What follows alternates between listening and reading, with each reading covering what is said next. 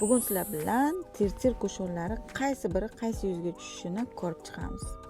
Agar yuzinglar aralash, yog'li, akneli bo'ladigan bo'lsa, imенно shu qizil qo'shoni sizlarga mos keladi, ugringlarni bekitishga yordam beradi, yuzdagi qizarishlarni ham yopadi, kun davomida yuzinglarda ideal darajada turib beradi.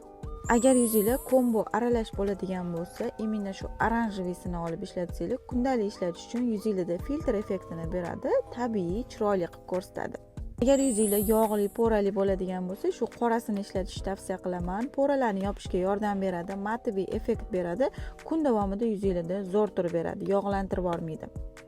Agar yuzinglar quruq va ta'sirchan bo'ladigan bo'lsa, imенно shunisi sizlarga mos keladi, yuzinglarni namlantirib turadi, glow effekt beradi, shishadek yuzinglar yaltirab turadi.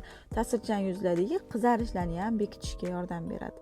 Qizlar bularni hammasini yuzinglarga mos nomerlardan olib kelib qo'yganmiz. Bemalol Aisham Cosmetics'dan olsanglar bo'ladi.